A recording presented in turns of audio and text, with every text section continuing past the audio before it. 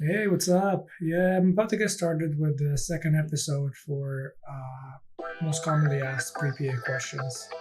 Yeah, it's super exciting. All right, yeah, stay tuned. Check it out on YouTube.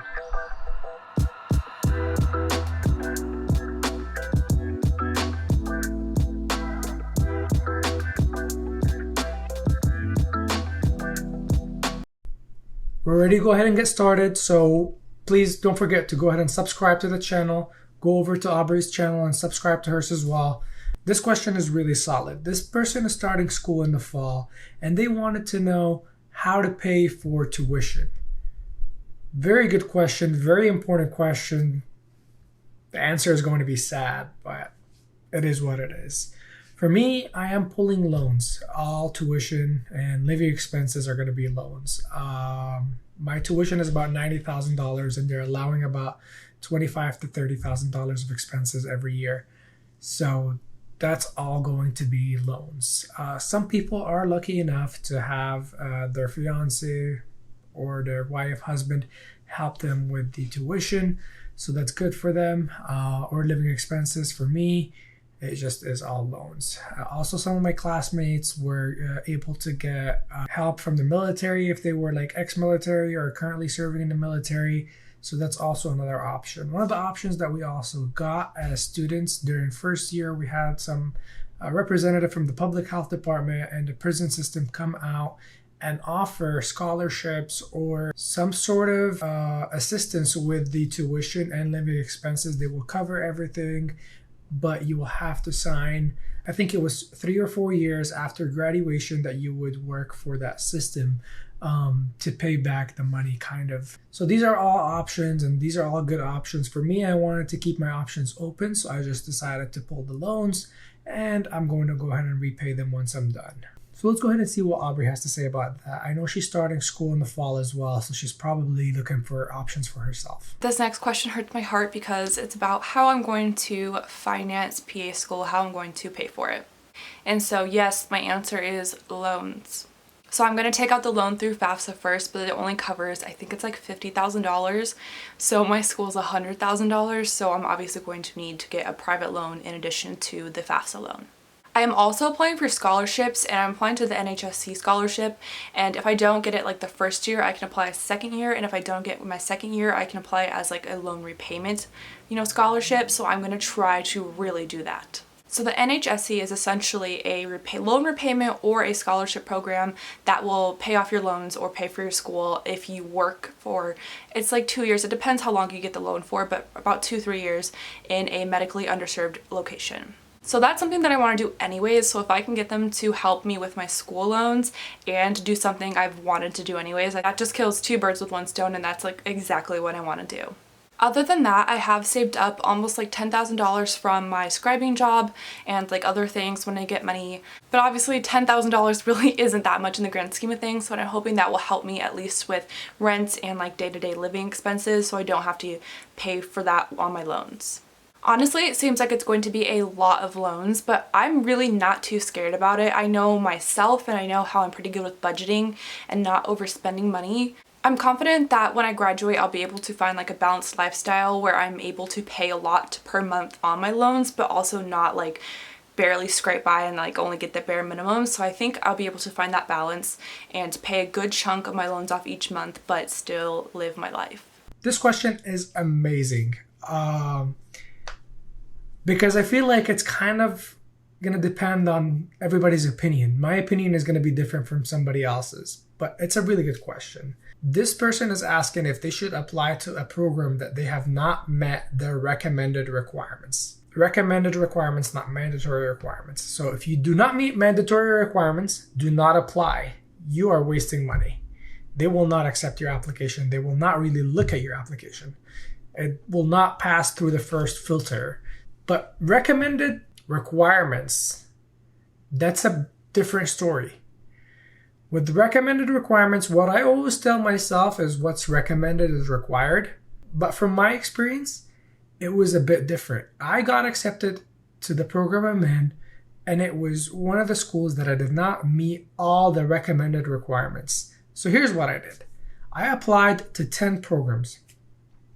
2 of which I did not meet all the recommended requirements, 6 of which I met all the recommended requirements, and I was a pretty good applicant for them, and 2 of which were my safety schools. I met and exceeded all the recommended requirements and the mandatory requirements. So I got accepted into a program that I thought I would not get in. It was one of my dream programs and I got accepted into it. So it was a really, really, really good thing for me. But I would not apply to all programs that you don't meet the recommended requirements. Pick 2 of them and apply.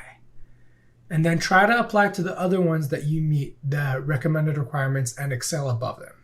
One of the other questions that we got is, would you recommend going to an out-of-state program?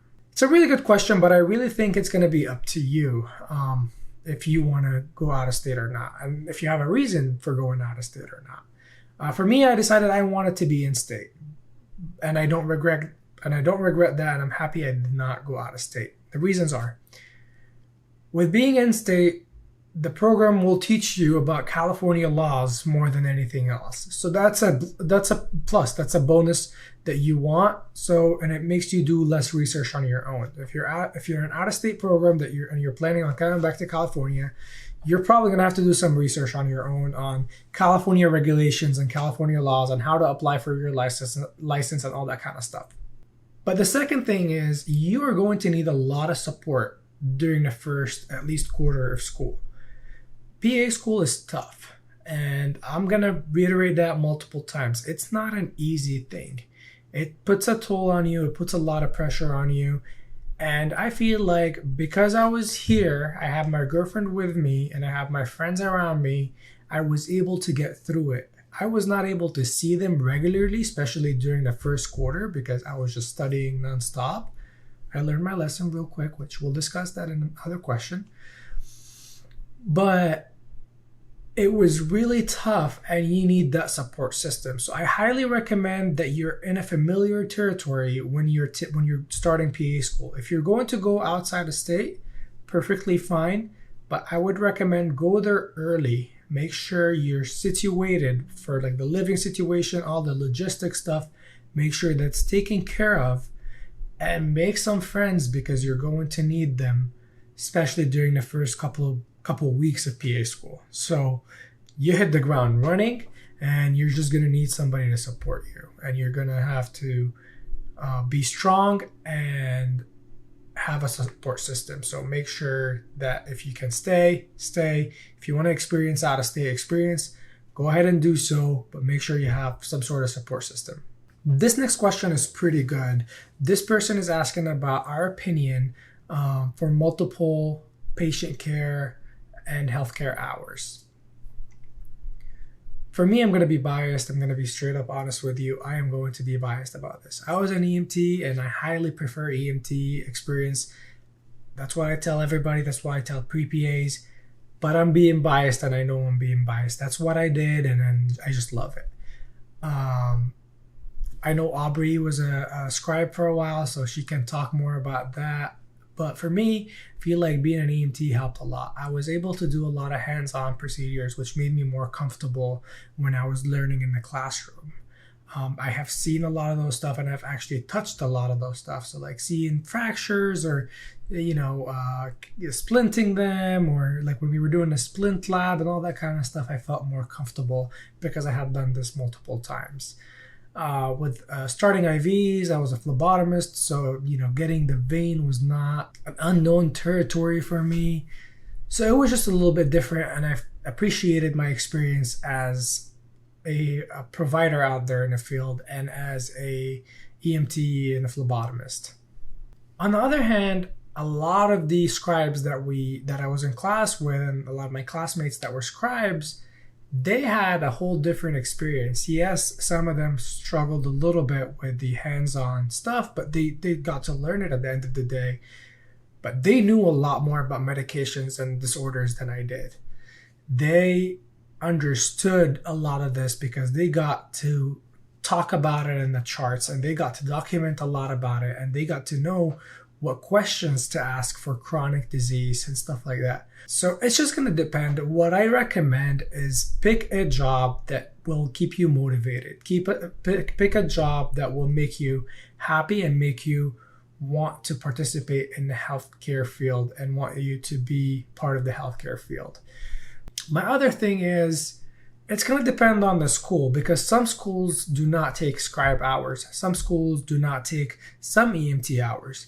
So that's going to depend on where you're at and what school you want to go to. So you're just going to have to pick based on your situation. But they're all great jobs and they're all important jobs, and they all prepare you in a certain way for PA school. So this next question is advice or insight on multiple forms of patient care experience. So I decided, much like the profession itself and like the lateral mobility, that I wanted to have multiple types of patient care, because I realized that each different experience really teaches you a lot, and it's so much different than the next experience. So I was first a volunteer physical therapy aide, then I was a CNA, and then I did some like volunteering patient care experience in the hospital and at a summer camp, and then now I'm a medical scribe. So all of my settings were like completely different, and they really all taught me so much, but like none of my experiences were similar in what I learned. As a CNA, I really truly learned so much about bedside manner and how to converse with patients and make them feel comfortable in very uncomfortable situations. But as a medical scribe, I didn't really talk to patients that much, but I learned so much about like common diseases, medications, how to control them, medical terminology, how providers really talk to patients and let them know bad news or good news. They were both great experiences, and I can't say I prefer one over the other, because one taught me something so important, bedside manner, that I will use definitely, but then another taught me how 15 different providers practice, and I got to pick and choose kind of how I think I want to provide care. Obviously, schools like to see that you're consistent, so I wouldn't say like 1 month do this, 1 month do that, but if you're able to do like maybe volunteering something for like all of your undergrad and have just a few hours per week, and then also do like a patient care job like a CNA or something else during the summer that has a big chunk of hours, I think that's great. It's not necessary to have multiple forms, because some people get in with having only medical assistant experience or only one type of experience, and that's great, and they usually have like many hours at one clinic and have such great experiences and connections with the people there. But if you are a person who kind of wants to see different, aspects of medicine in different realms before you get into PA school, or if you're even deciding if you want to go to PA school, I say go for it. If I had to like restart my whole pre-PA journey, I still would have done just the same experiences that I had, if not more. I think having multiple experiences in different realms and different settings helps me not only be a more well-rounded candidate for PA school, but also makes me more comfortable with different types of people in different settings. Anyways, that is it for today. I really hope you guys enjoyed today's episode. If you have more questions, please let us know. We'd love to answer your questions. Don't forget to subscribe and give it a thumbs up if you did like it. If not, then let us know why you didn't like it and how we can improve it.